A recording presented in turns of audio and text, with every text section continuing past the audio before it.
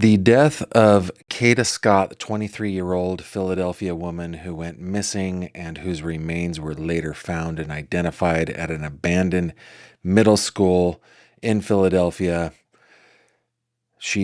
Her death has been classified a homicide and there has been an arrest, and we have got the probable cause affidavit, and we're going to get into it right now.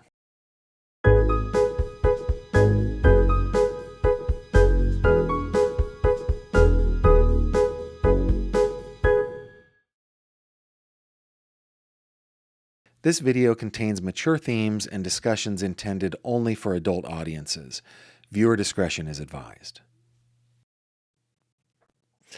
Welcome back, my friend. Thank you very much for being here. Today we are talking about the case of 23-year-old Kada Scott, a Philadelphia woman who went missing last month. No, it was this month. What am I saying? It was this month. And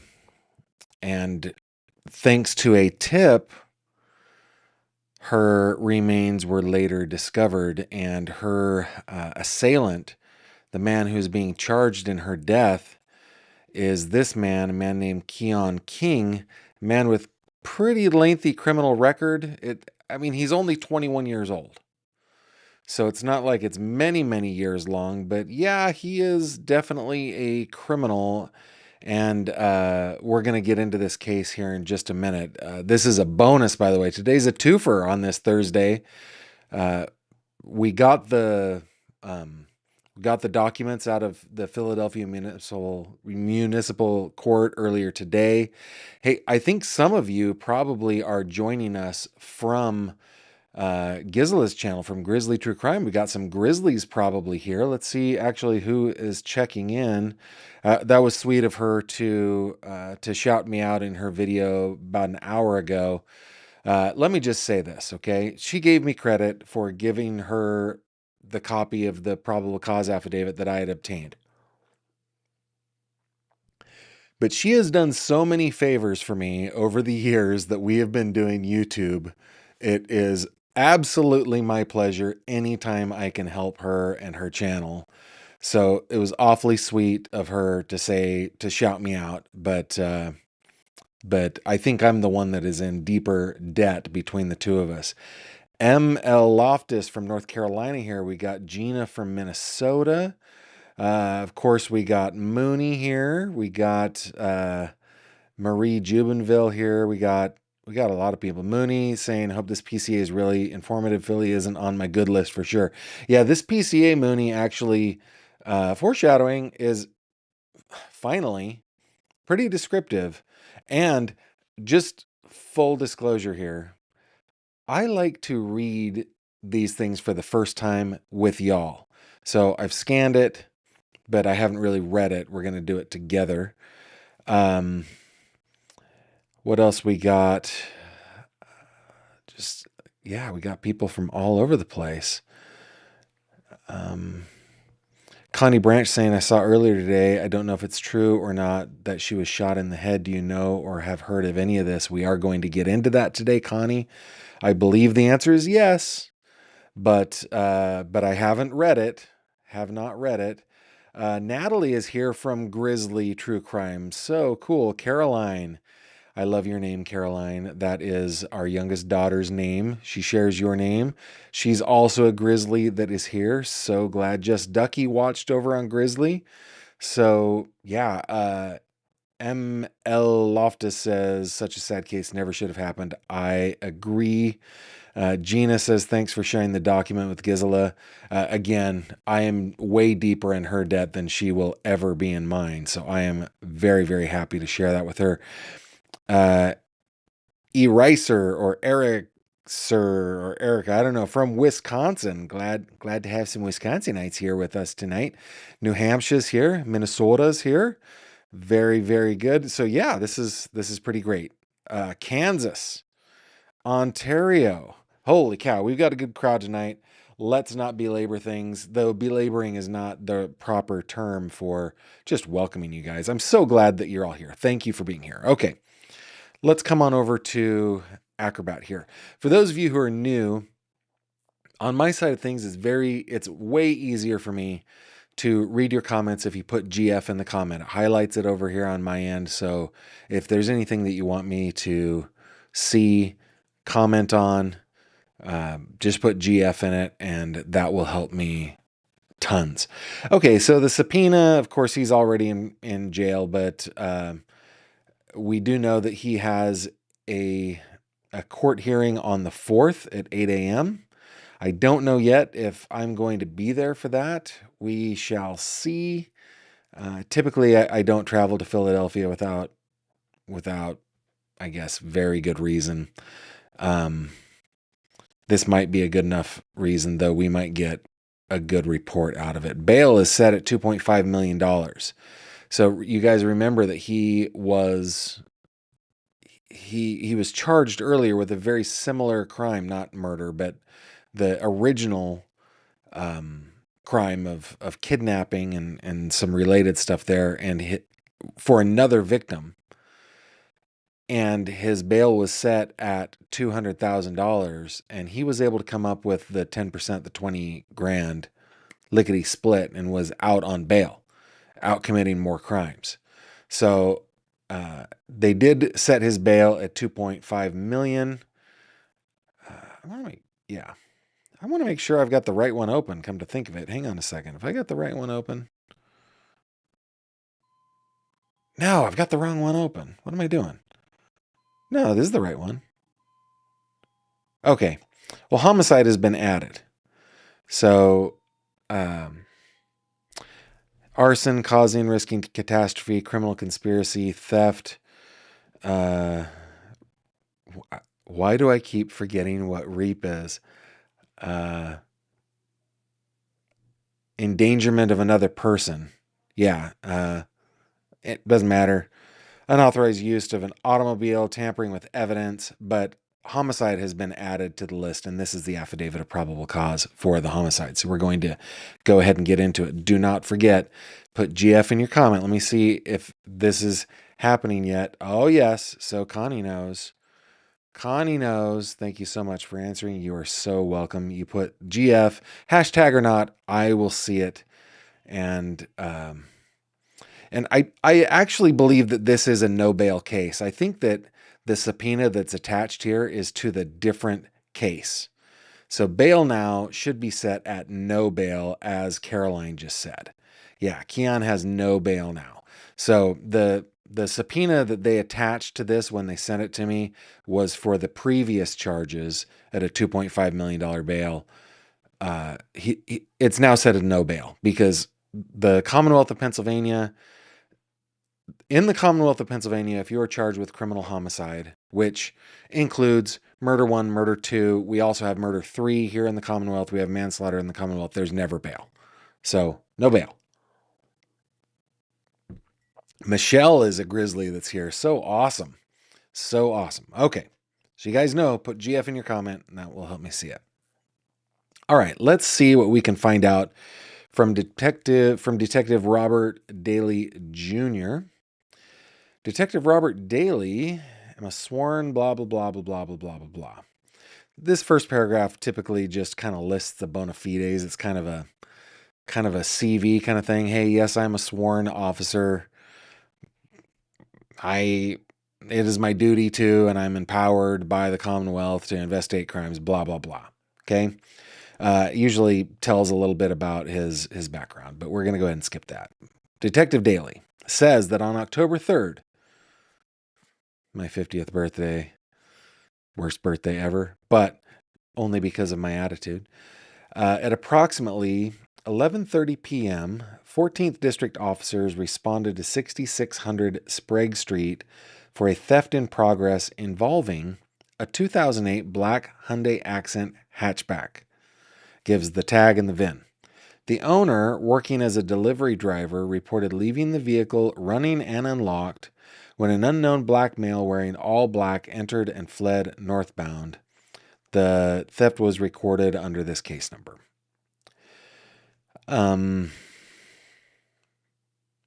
So in my town, certainly in the winter, a lot of people leave their cars unlocked and running all the time. It's never a big problem. I don't know that I would do that in Philly.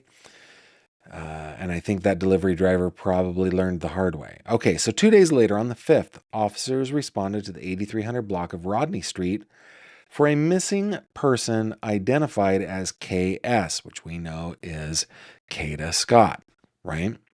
A 23-year-old female. The complainant's mother stated that Kada failed to return home after work the prior evening. A coworker, VA, reported last seeing Kada around 10 o'clock p.m. on the 4th outside her workplace, the terrace at Chestnut Hill at 495 East Abington Avenue.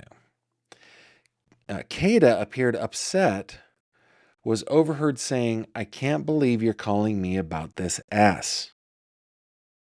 I imagine she was on the phone. Kada then walked toward a dark-colored SUV parked outside. The SUV left immediately thereafter. Now, this is leaving me with a question. Where does the Hyundai come in here? Because a Hyundai Accent, right? It's a Hyundai Accent. That's just a little hatchback, little kind of tiny car, not an SUV. But maybe we'll learn.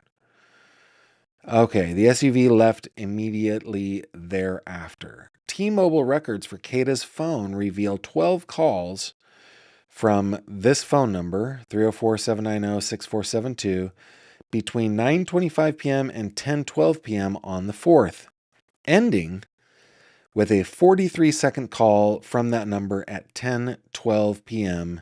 using a tower serving 495 East Abington Avenue. So we would imagine that Kada, a witness, places her there.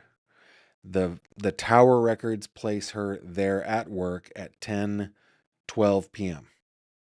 After 10:24 p.m., her phone ceased all network contact. Timing advanced data indicated her device traveled southeast from Chestnut Hill toward Mount Airy during that period where it went off the network. The missing person case was assigned to Detective M. O'Neill, Northwest Division Control, blah, blah, blah. All right. On the 7th, so 2 days later, 3:31 a.m., so we'll call it a day and a half later, officers in Engine 3 responded to a vehicle fire on the 2300 block of 74th Avenue. Of course, this has been shared with us before. This is the Hyundai. The burned vehicle was identified as the same stolen Hyundai Accent. Engine 73 ruled the fire arson. This was assigned to Detective Priadka, control number blah, blah, blah. Investigators during the course of this investigation determined the theft, missing person, and arson incidents were related. So, but probably not at the time, because I think we learned from the we learned from the media conference that by the time detectives got to it, it was at a junkyard and it was crushed. But sometime during the course of investigation that they were related. A joint homicide and FBI Violent Crimes Task Force investigation determined the number 6472 was a TextNow voice over IP account. Search warrant returns showed communications between this number and Kada from September 28th to October 4th. On the 2nd of October, the account messaged, "Yo, Kada, this is my new number." The complainant replied, "Who dis?" And the user identified himself as Kel.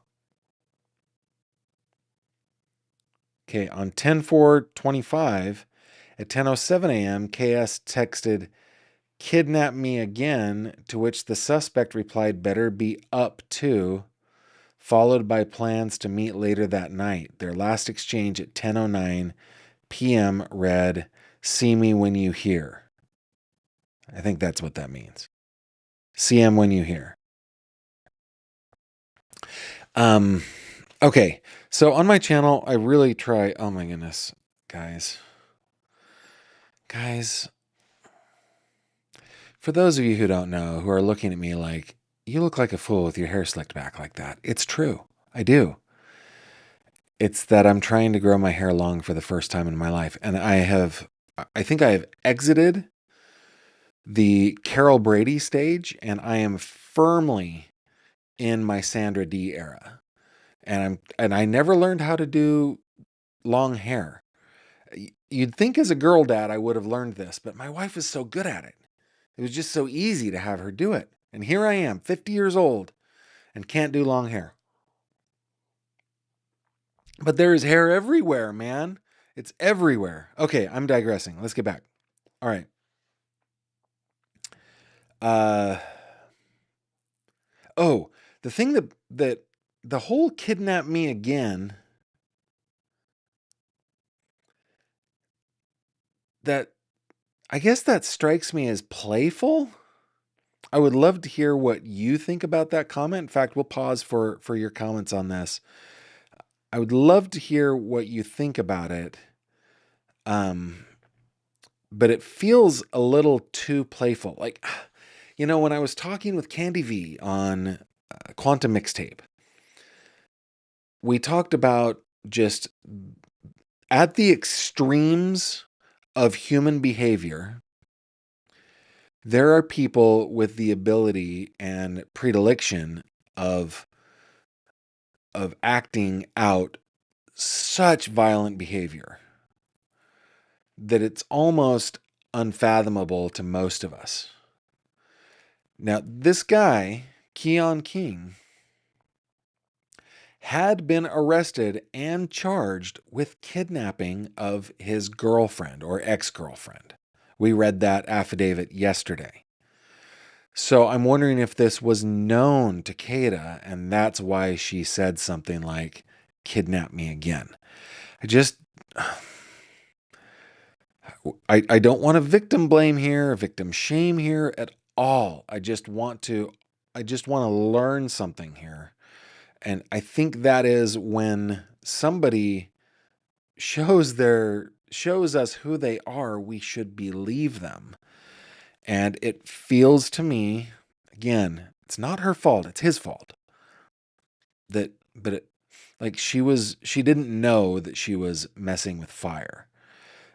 Gina says, I think it was meant to be playful as well. Yeah. Let's see. Nancy Wilson, could it be that Kada Scott was cheating on her killer and he found out? I don't know. Oh, Caroline, this is a good, yeah. Or maybe they had met up before. Come kidnap me from this job. It was a new job. You're right. Yeah, that's a good comment for sure. Mooney is calling Keon a huge dill hole. Hmm? Hmm? Hmm? Indeed. Michelle also says, I think it was playful or flirtatious, like, get me out of here. Yeah, maybe you guys are reading this better than me. Lynn says, could it mean, like, take me away from this place, jokingly? Yeah, it could. It definitely could. But then she was overheard saying, I can't believe you're calling me about this S. So I don't know. Um, I don't know. I don't know. Great comments. Let's keep going. Bring it back over here. Okay. The TextNow account was registered to M.A. Dalen Brown 19143 at gmail.com using Verizon IP addresses linked to phone number 267-964-4269. Verizon RTT and T-Mobile TAD data showed the suspect and complainant's devices together in the area of 495 East Abington Avenue around 10:15 on the 4th of October, traveling southeast toward Mount Pleasant Avenue, then to the Aubrey Arboretum area until about 11 p.m. before the suspect device returned to 5500 Belmar Terrace. Subscriber checks tied the IPs to 5508 Belmar Terrace, home of Madeline Brown, born January 13th, 1998. On October 9th, homicide executed a warrant at that address with SWAT assistance. Brown and Laresha Lopez Sanchez were detained. 3 phones, 1 tablet, contractor bags, latex gloves, a hammer, and 9mm ammunition were recovered. The Verizon suspect phone was not located. Attempts to interview both detainees were conducted. Madeline Brown initially requested a lawyer upon the administration of her Miranda warnings. Okay, so far so good, Ms. Brown. Everybody should avail themselves of their constitutional rights. When detectives left the room thereafter, Brown yelled that she did not need a lawyer and asked to speak with Detectives Daly and Cramen. Okay, Ms. Brown, we're backtracking here. Thank you, but all of the smart people who are on with me at this very moment, you know not to do that. Hey, by the way, this very document is available to download for my patrons. Thank you, thank you, thank you to my patrons over on Patreon for supporting me. If you go over to Patreon, you can download the document for yourself, okay? All right. She was subsequently re-advised of her Miranda warnings, which were fully waived, and stated the following. Dang it, Ms. Brown. Thank you, Ms. Brown, but dill hole. Brown does not know the complainant, nor was she ever around Aubrey Arboretum or the complainant's place of work. Brown did own and operate, a text now number. You guys, it doesn't matter. Text now number, but she was unsure of the exact number. She did confirm her account's email of Madeline Brown, 19143 at gmail.com, and indicated that prior to the complainant's disappearance, no one else had access to the account. Brown did receive calls from the complainant's family on October 6th and indicated she had no knowledge of calling or texting the complainant or having any other information to her whereabouts. Oh, excuse me. Oh. Shortly after the call, Brown said that she gave her Android device. I have to explain this. Guys, I'm not bored. I'm just very low energy. I do not like Fat Gavin anymore. I like Fit Gavin, and I'm working towards there being no more Fat Gavin. And the amount of calories that I'm consuming in a day right now are less than 1,000. So I'm very low energy. I'm very sorry for that. But it has manifested itself in my continued yawning throughout the entire day. I feel good. I even feel energetic, but my body is not. My mind is energized. My body is not, apparently. Okay. Shortly after the call, Brown says she gave her Android device with a TextNow account to Laresha Lopez Sanchez, a fact Lopez Sanchez denied emphatically. Brown denied any knowledge of owning or possessing the suspect Verizon phone in question. Lopez Sanchez stated to detectives that she had been staying with Brown on Belmar Terrace. Oh my goodness. Come on, fish. For several days. You know what I need to do? I probably need to consume some sort of caffeine. My wife has these sugar-free caffeinated beverages. The problem is, and you guys are probably like, Gavin, just get on with it. But that's what I do here. I tangent.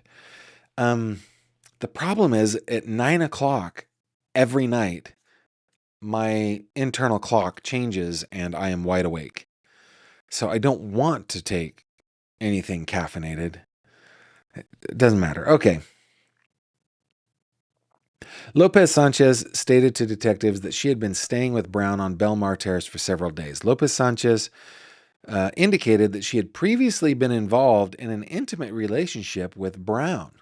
Lopez Sanchez was present for the phone call from the decedent's family to Brown and stated Brown became nervous after the call. Nervous after the call, you say?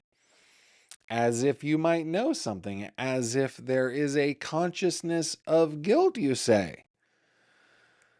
Brown, however, never gave her the phone in question.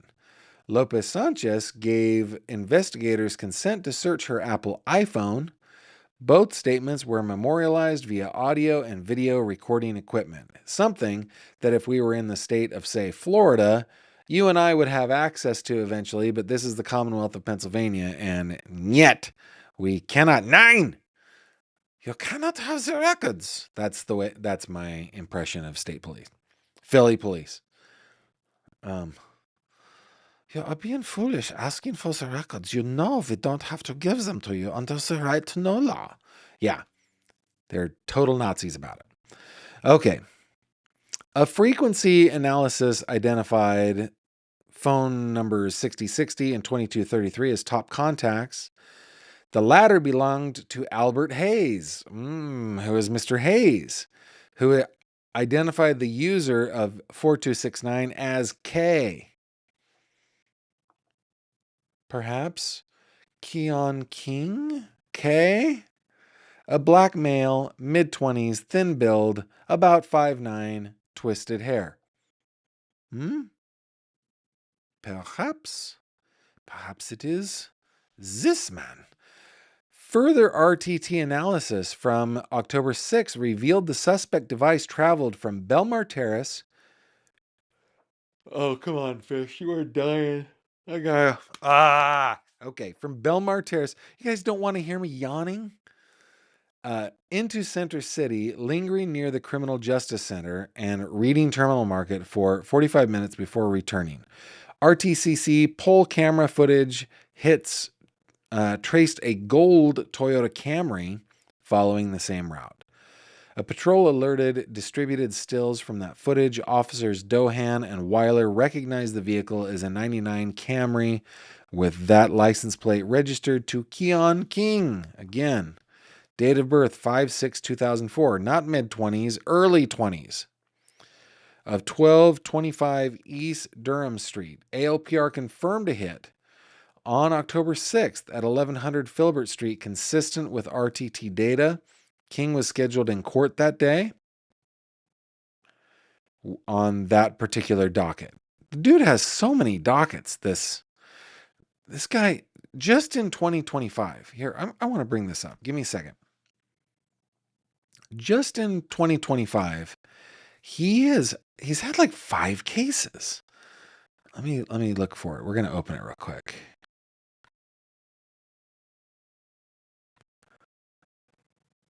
All right, so yeah, this document right here. Of course, it went. I don't know why it does that, but okay. So, okay. So this one was a DUI in 2025, a kidnapping for ransom in 2025. That's the 10159, which is no, they're at 10160. So 10160 is fleeing or attempting to elude an officer. So yeah, okay. So that's in 2025. Then the kidnapping of Kada Scott is in 2025. The arson of the car causing catastrophe is in 2025. And then, of course, the one that's not listed here because I got this yesterday, it was yesterday, is the homicide. So homicide is 1 plus 2 plus 1 is 2, 3, 4, 5, 6. Yeah, I 6 or 7 just this year. Just this year. Okay. So he was in court for the fleeing or eluding, which was connected to the previous kidnapping case. King was later stopped on October 6, 2025, 6:13 p.m. in 2100 South 60th Street. RTT ARCS again placed his phone in the same area at the time of the stop. Previous stops, 10-1 and 10-2 of King occurred. During the 10-1 stop, Lopez Sanchez was listed as a passenger, further connecting all parties and devices. Okay, so we've got Brown. We've got Lopez Sanchez. We have what's the Albert Hayes. So Brown, Lopez Sanchez, Hayes, and King.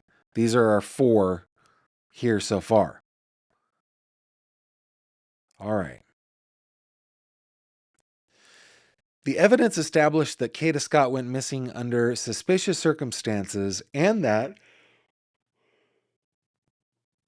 the Verizon voice over IP devices used to contact her were operated by Keon King.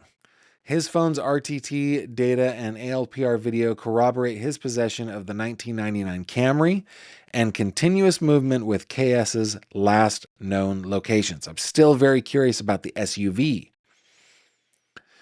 Okay, on the 14th, Assistant District Attorney Tozlowski approved charges of kidnapping. Oh my goodness. Somebody just yell it at the screen. Reckless endangerment of another person, stalking, false imprisonment, use of a communication facility, and tampering with evidence. King surrendered that day, accompanied by counsel, and declined interview. Okay?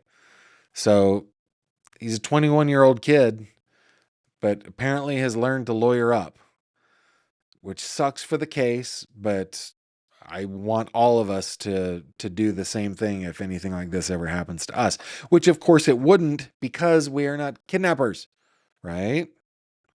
Right? Okay. On 10/15, police responding to 6100 Ardley Street, which is the abandoned, is how it's been described to me, Ada H. Lewis Middle School, recovered Kada Scott's EBT card. Later that day, King's gold Toyota Camry was located unattended at the Gypsy Lane condos. Surveillance showed the vehicle arriving at 3:00 p.m. on 10/10, and a lone male matching King's description, exiting repeatedly, accessing the trunk, and leaving the car. Okay, this one is a little bit harder to read, but Kada's family provided detectives with an older iPad linked to her iCloud account. Manual review revealed iPad last seen 10/4 at 10:21 p.m. near 6845 Anderson Street.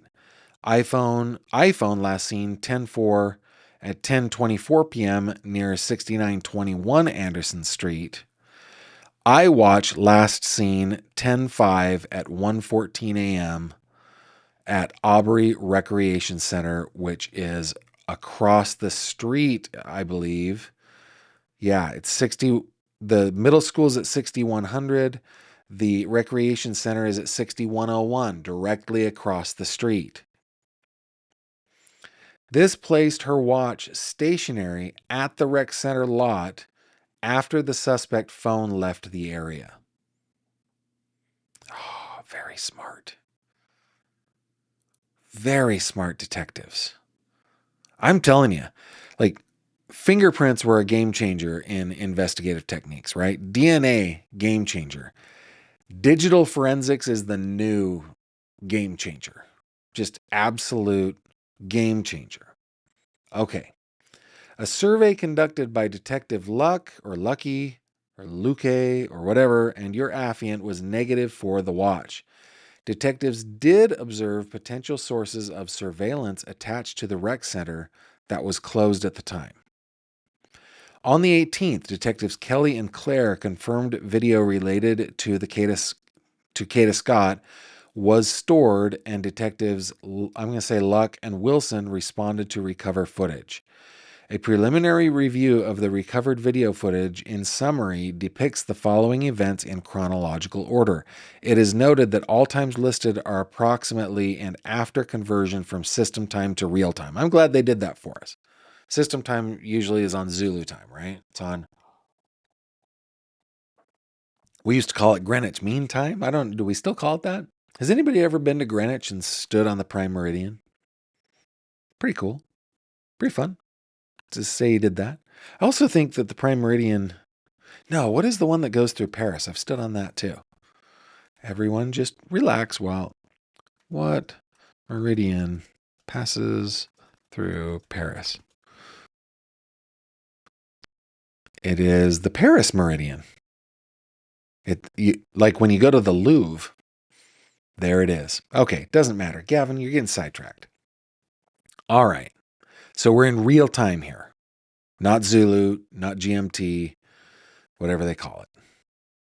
On October 4th at about 10:28 p.m., a medium to dark colored vehicle pulls into the parking lot in front of Aubrey Recreation Center, backing into a spot in the row closest to the playground at the rec center, furthest from Ardley Street, in the northwestern end of the parking lot, across a driveway from the abandoned Ada Lewis Middle School. Okay, let's look at this. 6101 Ardley.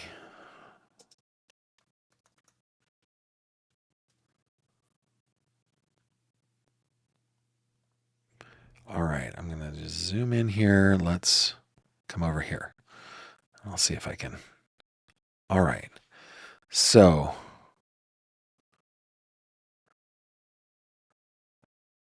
this is 6101. This must be the middle school here. Let's look for 6100 real quick. Oh, they put it at the same place. So I don't know where the abandoned school is. It's hard to tell. But tennis courts, I'm just looking around here. Courts. I don't see a parking lot. I guess this is the parking lot that they're talking about. Man, it's really hard to say. Let's just real quick. Yeah, okay, so this is the old abandoned middle school across in the woods here. And then this is the rec center over here. Okay. All right. All right. I don't know that that's any clearer to me, but okay. In a spot, backing into a spot in the row closest to the playground at the rec center, furthest from Ardley Street. Okay. All right. On the northwestern end of the parking lot across a driveway from the abandoned Ada Lewis Middle School. It was noted that after observing that vehicle parked in the same spot over a 2.5 day period, both during nighttime and daylight hours, the vehicle's appearance is consistent with being an older model Hyundai Accent. One individual is observed exiting the driver's seat of the vehicle before walking away through the playground towards the fence line between the two properties. Where does the SUV come into play here? Okay. You know what? What are you guys saying over here? Let's see what you guys are saying. Let's bring up a picture of Kada, and I'm just gonna scroll up. Let's see. Real Happy says, thanks for the docs, Gavin. You are very, very welcome. For those of you, I mean, the reason that I cover these on the channel is for everybody who is not a patron. But thank you to those of you who are. I enjoy providing those to you over on Patreon. Okay. Kujino Eddie says, I see Lauracia often in my neighborhood. She loves my bar and walks by with her kids often. But Kujino, good, lives by. Yeah, there we go. Wait a minute. Do we have Nancy Wilson in the house? Okay. Please don't tell me that you are the Nancy Wilson. Are you the Nancy Wilson? Gavin, water and a walk with the cat would wake me. A walk with the cat.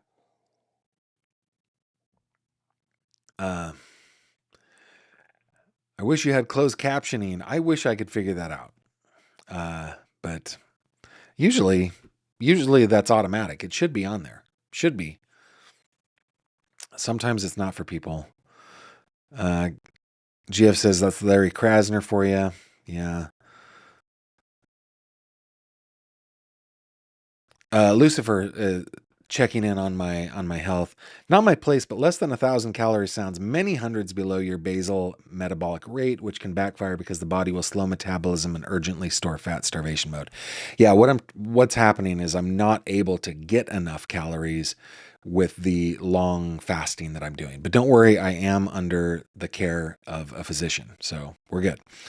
And this won't last forever, by the way. This is temporary.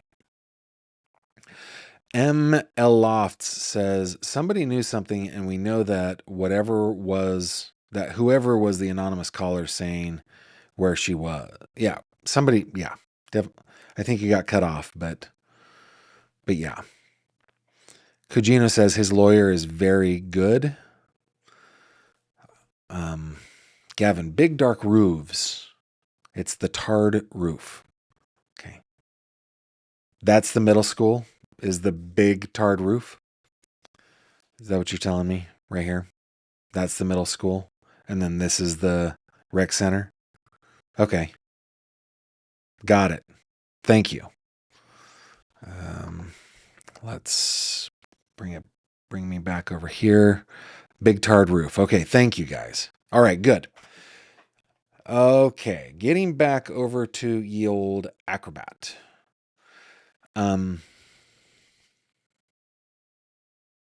Okay. Where did we go? Okay. 10-5.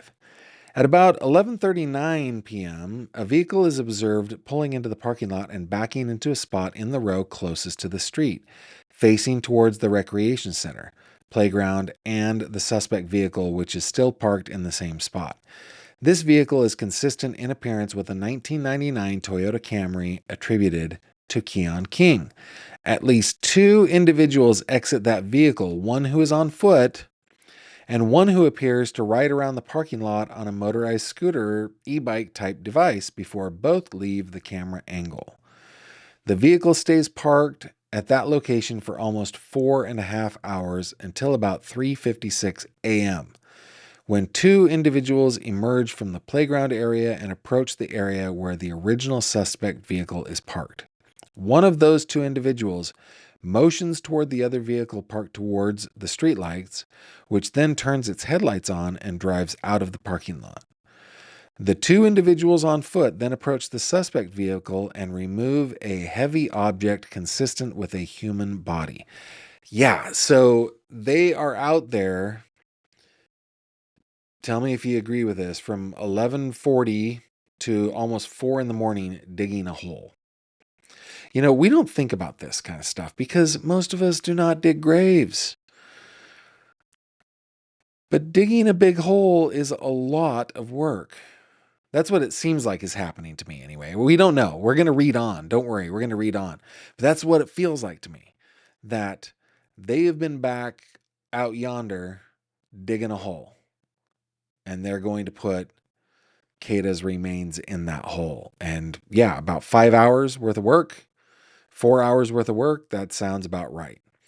The reason I know this, having never dug a grave, is as I was a young man preparing to serve a volunteer mission and having to pay for it. Actually, that's a different story. My parents ended up paying for it because they were awesome, but I was saving to pay for my mission. I worked as a general laborer for a contracting company that we built gas stations. So I was the guy in the trench. We had excavators and backhoes and stuff that would dig the trenches, but I was the guy clearing the trenches and making the little adjustments. It was hard work, man. Hard work. Okay. Okay, so they remove a heavy object consistent with a human body via the passenger side of the two-door vehicle and carry that object toward the playground and in a general direction where human remains were recovered on October 18th. Approximately half an hour later, at 4:25 a.m., two individuals approach the suspect vehicle and enter it for a short time period before exiting and walking back into the playground area and off camera about a minute and a half later. On 10/7 at about 2:48 a.m., one individual, so 2 days later, is observed running from off camera from the playground area, entering the driver's seat of the suspect vehicle and driving off. An in-depth analysis of all the video footage recovered continues. Your affiant reviewed King's RTT measurements for his phone number related to the above listed criminal activity. The cellular measurement arcs developed a clear pattern of usage consistent with all of the above described criminal activity captured by video surveillance.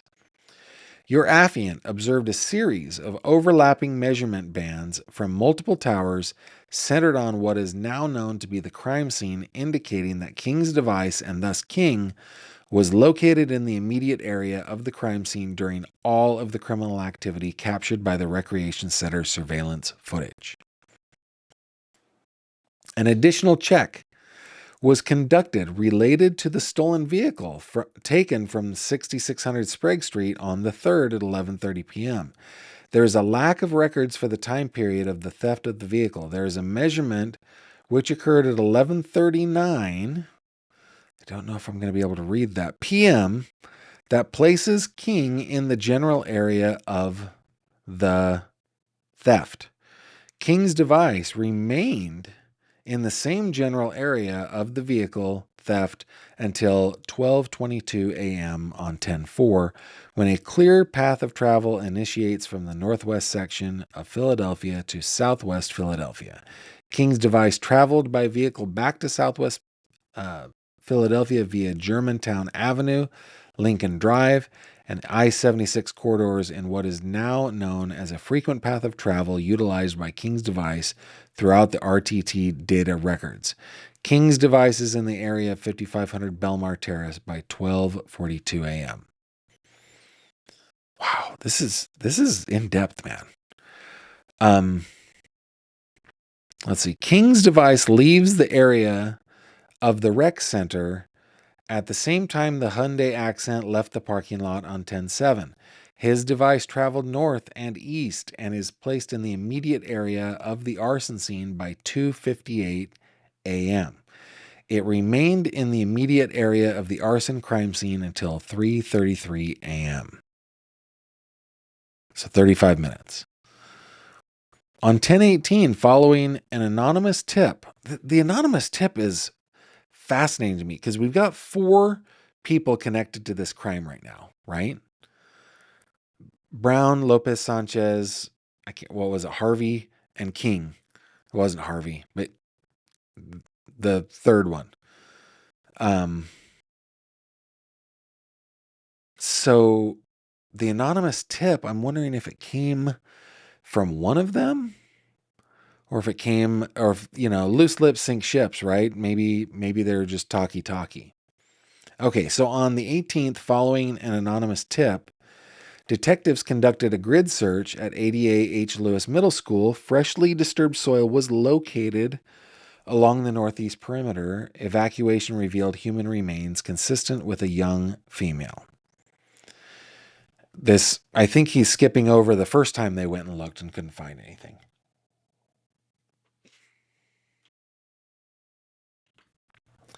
A silver gold earring matching one near the burial site was recovered by the rec center gate on 10/19/25. The Philadelphia medical examiner positively identified the remains as Kada Scott, with cause and manner pending on the 19th. We know now that it is murder. Based on the above described evidence, the movement and activity of King's cellular device correspond consistently with the timeline and geographic progression of the criminal incidents under investigation. His device demonstrates location patterns that place it near the scene of the initial vehicle theft, the arrival at the rec center, and subsequent return trips to move the body the vehicle contained. The accent's departure from the rec center and ultimately within the immediate area of the arson scene during the relevant time frame. I read that as a standalone sentence, but okay, he wrote it correctly. Okay. The sequence of RTT measurements coupled with video evidence from Aubrey Rec Center supports that King is present for and participated in all of the crimes outlined in this affidavit, to include the theft and arson offenses described herein, as well as the conspiracy to commit them. On 10/19, Dr. Little of the Philadelphia Medical Examiner's Office conducted a postmortem examination of the human remains recovered from the grave site inside Ada H. Lewis Middle School. Dr. Little listed the cause and manner as pending further examination at this time. The remains recovered from the middle school were positively identified as the missing person, Kada Scott. On 10/19, again, ADA Tazlowski was advised of the facts and circumstances today and approved the following charges: arson, causing, risking a catastrophe, conspiracy, tampering with evidence, unauthorized use of an automobile, recklessly endangering another person, and receiving stolen property. I certify that this filing complies with the provisions of the Public Access Policy and United Judicial System of Pennsylvania case records of the appellate trial courts that require filing confidential information and documents differently than non-confidential information. Yeah, okay. So this is the complaint that on or about October 7th or near blah, blah, blah, blah, blah, start of the fire. Yeah, okay. All right, so I think that is it. Now the question is, how did Kada die? And I want to look that up, see if it's being reported by anyone.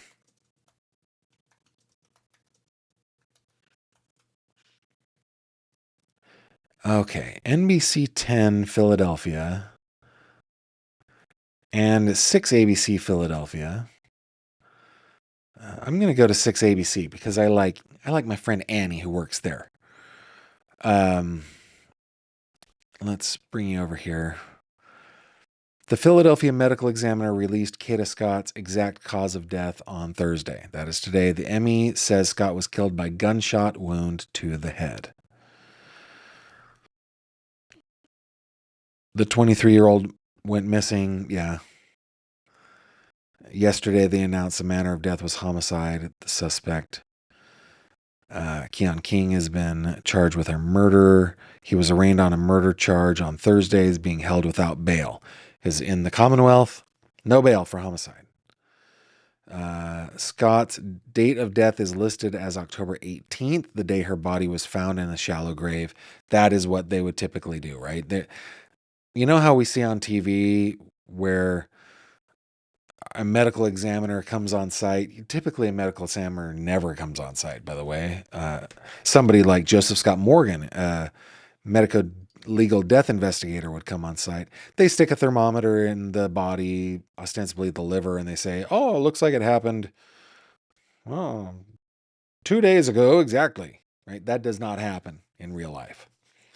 So the date of death would be listed as the 18th, the day that her remains were found. And yeah, that's the appropriate thing. There are 3 methods for determining time of death, right? Lividity, liver mortis, rigor mortis, and what is the other one? I'm dying. Somebody help me in the comments. Rigor, liver, and something else. Can't remember. Anyway, okay, so that is what ABC 6 is saying. I don't have, but so is NBC, so is NBC News. So yeah, I believe it. But my question here, what what is the SUV? Is it just possible that the person who witnessed her leaving saw a Hyundai Accent hatchback and said that's an SUV? I mean, one of our cars is like a little crossover. It's like a little hatchback. Um, and I think some people refer to it as an SUV, though very small. It's not. It's more of a sport crossover. But maybe that's where the whole SUV thing came from. I don't know. I'm speculating here. Let's let's go to your comentario. Okay, just Ducky. Welcome to the membership. Thank you very much for joining and becoming a fanatic. Thank you very much. Oh, that's funny. Early TRN, Gavin, with all the yawning, I thought you were letting us self-test about our empathy and psychopathy. Great comment. Andy says, this is why I can't crime. My Ehlers-Danlos syndrome is not friendly with digging. That's why you can't crime. You can't dig. Ah. I mean, hey, listen, crime is serious and we take crime seriously. We take victims seriously. We take victims' families seriously. For sure, 100%. But we don't take ourselves seriously. So you will see me laugh from time to time. Sometimes that turns people off, but that is the way I am. If I can't laugh, I can't live. Kujino Eddie says, my question is, why isn't there surveillance footage from Kada's work? I service those assisted living places and there are cameras everywhere. That is a good question. And I don't know the answer to the question, but I would say that an affidavit of probable cause tends to contain exactly the right amount of information in order to establish probable cause and nothing more. There will be a preliminary hearing.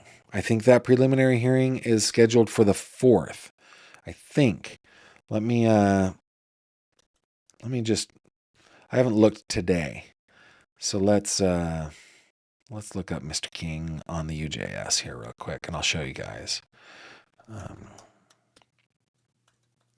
Actually, I can show you right now. This is the UJS website. I use this on the daily. So these are all the cases with Keon King. Anything with an MJ is in magisterial district court. A TR means traffic. So most of these are traffic. But if I just filter out closed and inactive, and I think maybe I can go ahead and get rid of the MDJ. Okay, so this will be the docket on the new case. All right, so there's Officer Detective Investigator Daly, Robert Daly, that we just read his affidavit of probable cause. Let me bring this up so you guys can see it a little bit better. These are all the related cases. Man, this guy. So on 10/23, he's awaiting a preliminary hearing. It looks like the preliminary hearing has been scheduled for this one on the 10th of November at 9 a.m. These are not done via Zoom that I know of. I mean, I certainly the Municipal Court of Philadelphia does things differently than we do out here in Western Pennsylvania. But there's probably not a Zoom. And I know that it's strict verboten to live stream them. Cannot do that. But maybe it's something that I would go to. That'd be very interesting. So now we've got the full slate, all 11 charges. Murder, robbery, inflict serious bodily injury, firearms not to be carried without a license, possession of a firearm, carry firearms public in Philadelphia, theft by unlawful taking movable property, that would be the car, receiving stolen property, that would still be the car, Obstruction of administrative law or other government function, that would be the burying and the concealment probably. Abuse of corpse, that is a law here in Pennsylvania for sure. Tampering with, fabricating physical evidence, that also would be charged because of the burying. Ooh, and conspiracy. Okay, hang on. Hang on just 1 second.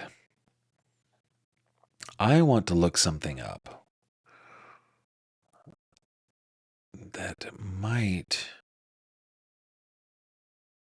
I might be able to get a little more information here. I'm going to go to a website this is a website that was developed by a friend of mine named Dan. If we go to Philadelphia County, we should look for. Oh, he doesn't have Philadelphia County here. Dang it. Let's see. So he is not including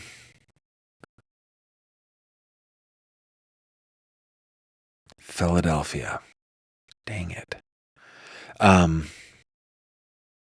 let's just select today here real quick, and let me just see if we can find other conspiracy.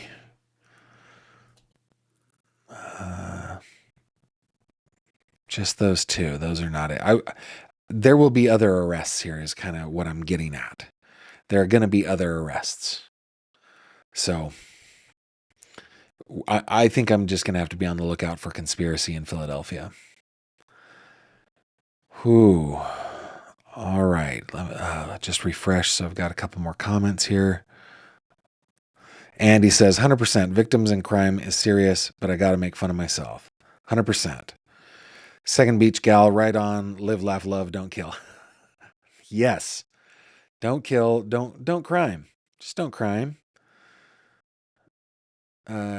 Katina says, it looks like he comes from a wealthy family. Is it possible that they've known him to have these types of issues and just consistently clean it up for him? Well, that's an interesting take. I had wondered if, like yesterday, I had wondered about whether or not maybe he had other criminal enterprises that got him the kind of cash that he had. I don't know. I don't know if he comes from a wealthy family or not, or if he's just,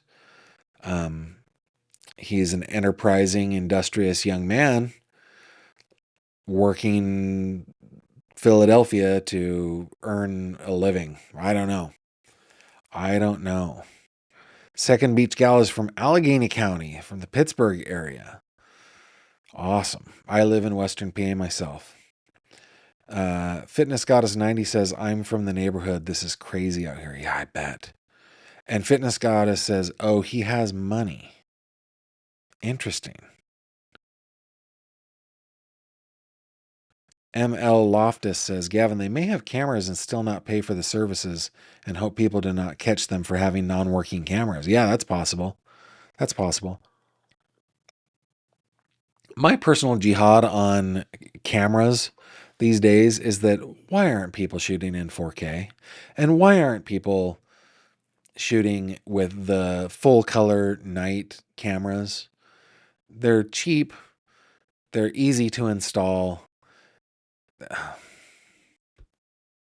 And why do they have to put them like in the worst possible angle? That's my question. Leslie Bean is saying they are saying he came from a rich family. Rumor is his father is a detective. Interesting.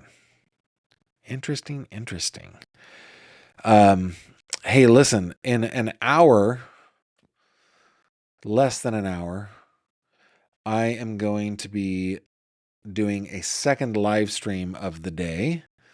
I need to get my buttons back. Give me a second. There we go. There. At 7:30 p.m. is my normal time for live streams, and so this is a twofer on this Thursday, October 23rd. So glad that you joined me. At the end of this video, it's going to forward you there. If you're interested in that case, it's the case of Kevin Mullins. Let me bring him up. Judge Kevin Mullins was killed in his chambers on video by his sheriff. And we've been covering this case at length. This is the sheriff right here, Mickey Steins, Sean Mickey Steins. So we're going to be covering that. If you want to stick around, you want to hang out with us, and we're going to be having Elizabeth Jones join us for that. So 7:30 p.m. Eastern right here on this channel. A couple more comments right before we go. Let's bring Kada back up. Kujino Eddie is saying the high school he went to cost $10,000 a year. You also need excellent grades to get in. Wow. So is this a case of just a good kid breaking bad? Is that what this is about? I don't know. Will I be letting my hair down for the next one? I probably should, because I look ridiculous. I mean, look at this. Just, oh my goodness. I have no excuse, no good excuse anyway. So yes, and Elizabeth is coming back on. So yeah. So join me 7:30 p.m. Eastern, which is in about 52 minutes from now, to talk about the case of Kevin Mullins with special guest Elizabeth Jones. Now, what are we talking about? Well, it turns out that Mickey Stein's daughter has gone public with she's talking on TikTok, and she's complaining about people like Elizabeth, people like me, talking about the case. And I think it's a valid complaint, but we're going to talk about that. And we're also going to be going over a couple of things that have happened in a lawsuit from Judge Mullins' widow against Mickey Steins, a bunch of the people in the sheriff's office. So that's what we're going to be doing. So if that is your thing, please join us here in 51 minutes. Okay. Last thing, I'm going to do a little bit of self-promotion. Once again, thanking my patrons, thanking my members. Thank you guys so much for taking care of me. You can always find me online at gavinfish.com. There are lots of stuff. It's a true crime lovers paradise over there. If you are on gavinfish.com, you click this little fishy right there. That will take you over to the fish tank. It looks like this, where we hang out on Facebook. There's an open invitation for you to join us over there. With that, I will bid you adieu until 50 and a half minutes from now, when I welcome Elizabeth Jones onto the channel once again to talk about the Kevin Mullins murder. Until then, take care of yourselves, and thanks for being here. Bye-bye. Thank you very much for watching this video. If you liked what you saw, please consider subscribing. And if you have any questions or comments, please leave them below.